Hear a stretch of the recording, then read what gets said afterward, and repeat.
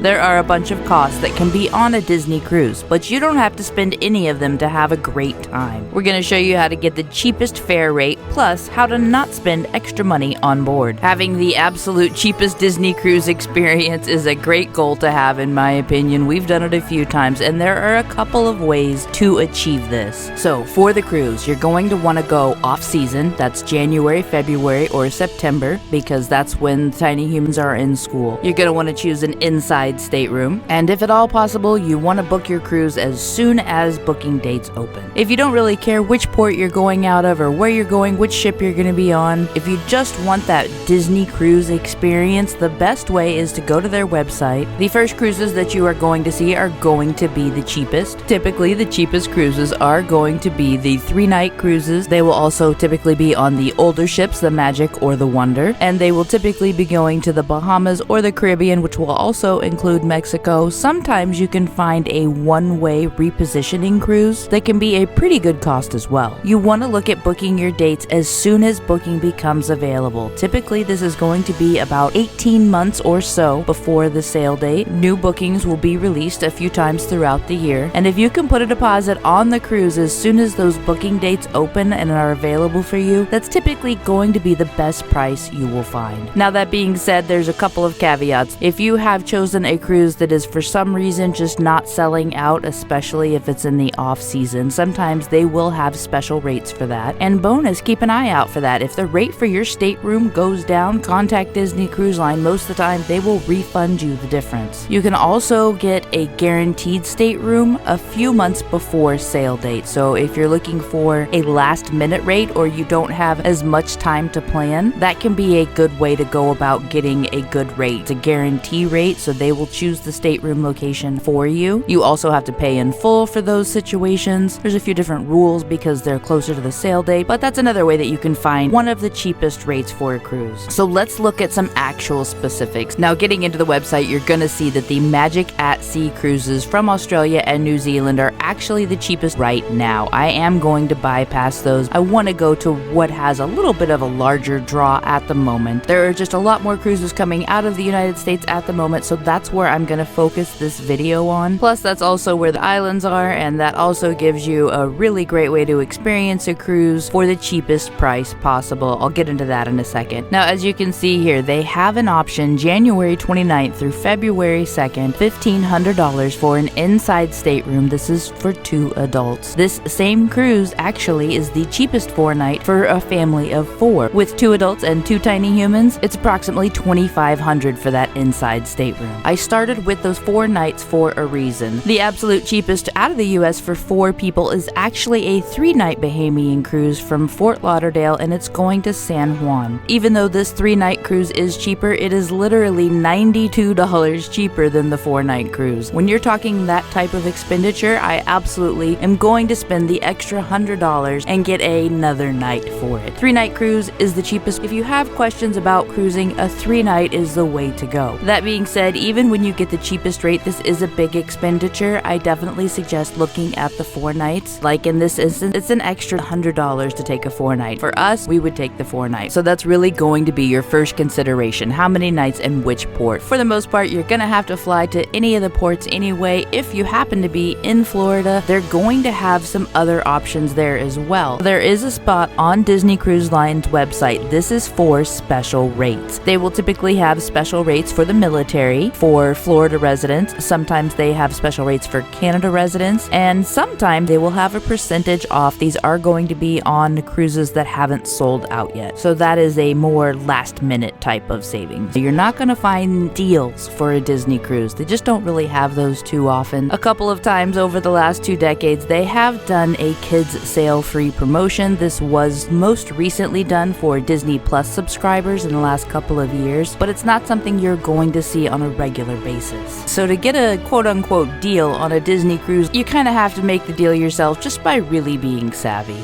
Your cruise fare is typically going to be the largest charge of your cruise. That being said, there are a lot of things you can spend money on once you are on board the ship, and that can really add up, especially if you're doing port excursions, alcohol tastings, bibbidi boppity boutique makeovers. If you've got one of those tiny humans that really wants a pirate or princess makeover, layover. Instead of doing Bibbidi Bobbidi Boutique, you could do that in your stateroom, especially for the princesses. Once you are done in your room, you can go up to Bibbidi Bobbidi Boutique. They will actually do pixie dusting. They will sprinkle a whole bunch of glitter on your little princess. There's just a lot that you can spend money on, but you don't have to do any of that. You can have an amazing Disney cruise and spend $0 on board. I highly suggest taking $50 to $100 to spend on board because that really ramps it up, but you don't have to. You don't have to have these pre-reservations for stuff. You do have to do your online check-in. There is a free princess gathering. I highly suggest reserving the princess meet and greet if that's important for anyone in your family, but you really don't need to have a lot of money budgeted for on board. That being said, you've got to make sure that you don't spend the money on board also if you don't budget it. Here's what you do need to budget for. There is one charge that is going to happen once you're on the cruise if you don't prepay it. I always prepay this. I just count it as part of the cost of the cruise, and that's the gratuity. That's going to be for your stateroom host and your 3-service team that will travel with you each night through the main dining rooms for dinner. That is $14.50 per person per day. We just make sure and prepay that way it's already there. I will say that when I used to do extreme budget cruises, the very first one we did, I didn't have any extra money at all for gratuities and stuff like that. I had prepaid it, and at the end of the cruise, I really did wish I had like an extra $10 at least just to stick in the envelope to give to the servers and our stateroom hosts. They're so fabulous. These prepaid gratuities really don't seem to be enough to compensate them for how wonderfully they treat you. So, outside of that, how do we get on the ship and not spend any money? Here's how you do it. You stick with the dining that's already included with the cruise. They're going to have 3 main dining restaurants each evening. You can order as much food as you want. If you want 3 appetizers, go for it. If you ordered an entree and you don't like it, order another one. The main dining is fully included. You can get as many as you like. For breakfast and lunch, they have a few options that will be included. The buffets are always included in the cost of the cruise. They have drink stations there as well that is included. There will always be one main dining restaurant that is open for both breakfast and lunch if you want a sit-down meal. And they have 24-hour room service. All of this is included with the cost of your cruise. For the room service, they do have a few items on there that are a charge. They will have it noted. And room service is one of those areas where I suggest if you can put it into your budget, make sure and fit that in. We typically tip $1 or $2 per item. It is really wonderful to have room service delivered to you, especially when we were really doing budget trips. That was like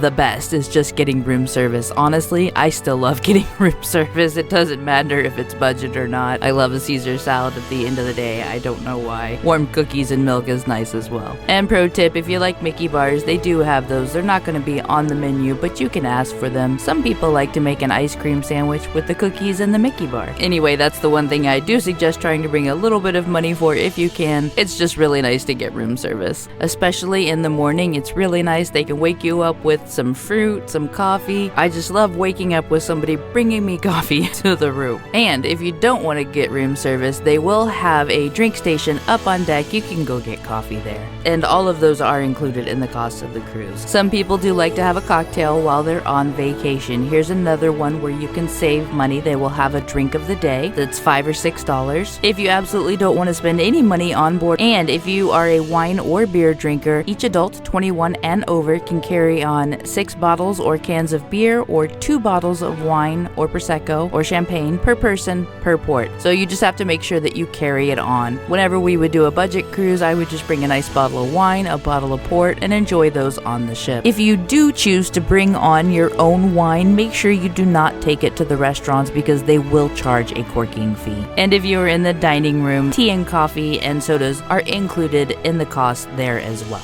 But they are not included in the bars or room service because those are in cans or bottles, so they are an extra charge. Now, there are a lot of other things to do on the ship. There's a lot of activities, there's a lot of entertainment. There are a few things that you can pay for, of course, but a lot of it is free and included with the cost of the cruise. Now, of course, this is Disney. They're going to have plenty of character meet and greets, and they're going to have them in different costumes on different days. That's a lot of fun as well. You do want to make sure you bring your camera or phone. You can ask a crew member to take your photos at the meet and greets or really anywhere else on board. We typically do not buy their photos, we just use our own cameras. Once in a while, I do buy the Pirate Night photo. It's about $20 for the 8x10. There is one meet and greet in particular. It's not any extra cost, but you do need a reservation. That is the Princess Gathering.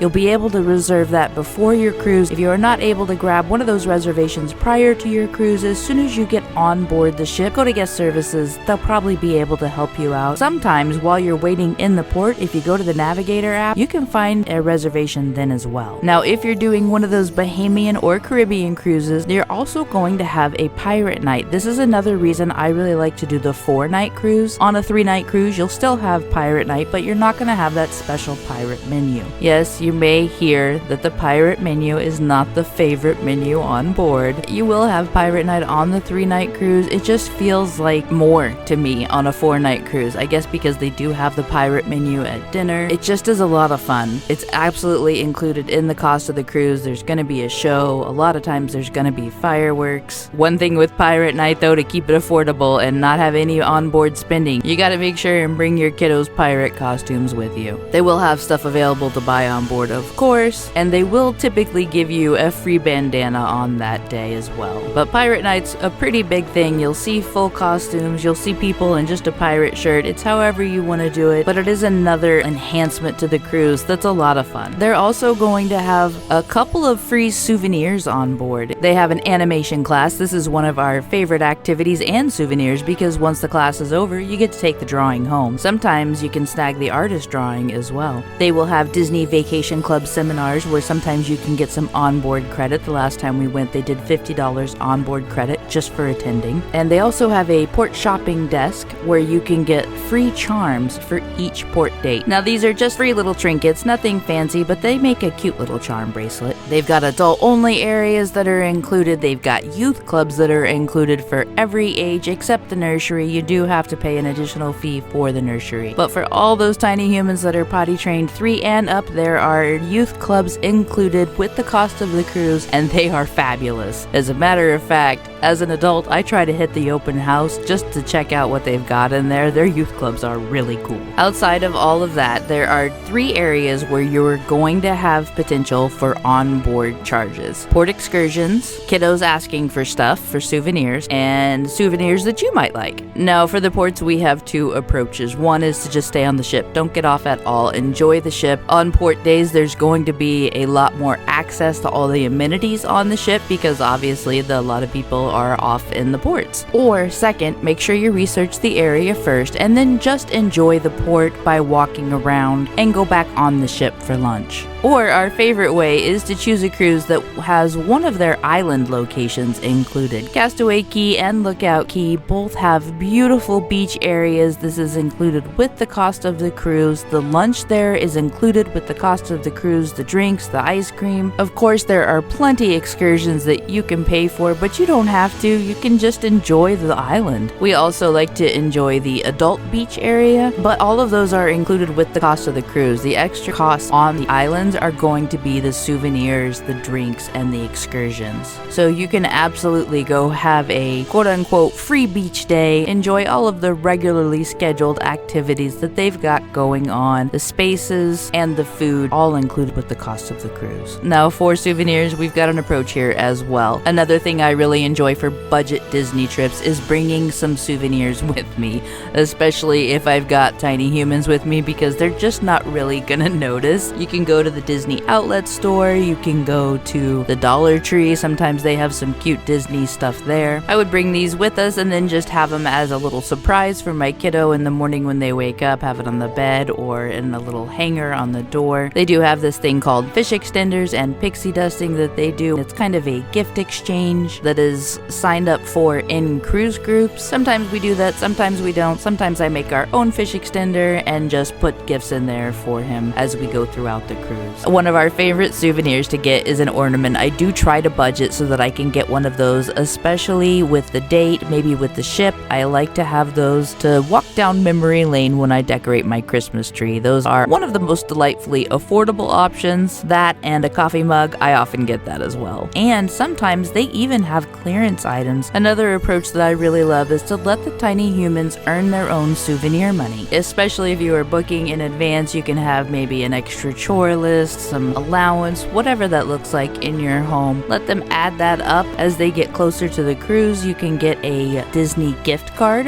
with their money on it, and then they can just use that to make purchases on the ship. That way, it's not going to your onboard account, it's going to their gift card. Of course, you need to monitor that, make sure they don't spend too much money. I'm sure that will go onto your onboard account if they spend more than is available on the gift card. And for paying off the cruise, I've got a couple of tips here as well. When you book far in advance on those opening days, you're going to have a long time to pay it off. You can make a monthly payment. So if you're making a monthly payment, $250 a month for 10 months, you've paid off that cruise. And you usually have to have a 20% deposit, so actually it would be paid off a little bit quicker. Obviously, make sure you check the details. You want to make sure you have it paid in time, and you want to make sure you know the cancellation dates just in case you need to make any changes. Because that's another thing that makes Disney cruising affordable for us, is those payments are fully refundable up until a certain time prior to your cruise, depending on which level. Concierge is a completely different category, so don't even count that in any of this. Concierge also is not your cheapest cruise, so I'm not talking about that in these conversations. But there have been a couple of times when I wasn't 100% sure we were going to be able to pull off the cruise amount or timing, but I went ahead, took a leap of faith, put the deposits down, made the payments, because I knew as long as I canceled in time, I could get 100% of my money back. Thankfully, we didn't have to do that. We got to enjoy the cruise. A couple of other money tips for the cruise. Typically, when you book your cruise, it is a 20% deposit. Most of the time in February, they will have a 10% deposit, so you can get the cruise reserved for a little bit less money, which is really nice if you have a tight budget. And the easiest way to get a discount on your next Disney cruise is to book a placeholder while you are on board. Typically, those placeholders are $250, and you will get a 10% discount on the cost of your cruise. And this last trick is pretty popular. It's not one that I necessarily do because there's a potential to lose money if you don't do it right. So Target, Costco, and I think BJ's will have Disney gift cards. Sometimes they will put those Disney gift cards on sale. Sometimes Costco will have a sale on Disney gift cards where you can get a $500 gift card for $450. Target in particular has a red circle discount. If you are buying the Disney Cruise gift cards there and you use the discount, you're going to save 5 or 10% off the cost of the cruise if you paid it all off in gift cards. The reason to consider not doing this is that you have to keep track. If there are any refunds at all, they will go back to the original form of payment. If you have lost that Disney gift card, you're gonna lose the money. The one time I did this, I just made sure I had a spreadsheet that had all of the numbers for all of the cards, exactly how much money and what it went to. Obviously, that can be a bit of a chunk off the cost of your cruise, but you really have to keep track. And actually, there's one more way that you can get a little bit of a bonus on your cruise, and that is booking with a travel agent. Now, we don't work with any travel agent in particular right now, but some of them do offer onboard credit. That's usually going to vary from $25 up to $1,000 depending on how expensive your cruise is, and it is kind of nice just to have some free onboard credit to spend on the ship. One thing to be aware of with travel agents is they can be very handy. You do not pay them, they are paid by Disney, and they do have complete control of your reservation, so make sure you choose a travel agent that you trust. Now, of course, you don't have to subscribe, but if you enjoyed this video, please consider sharing it with someone else that will enjoy it. I really appreciate that. If you haven't seen it yet, go check out our most recent Disney Cruise news because they had a huge reveal recently for the Disney Adventure. Plus, we have updates on the Disney Treasure and the Disney Destiny.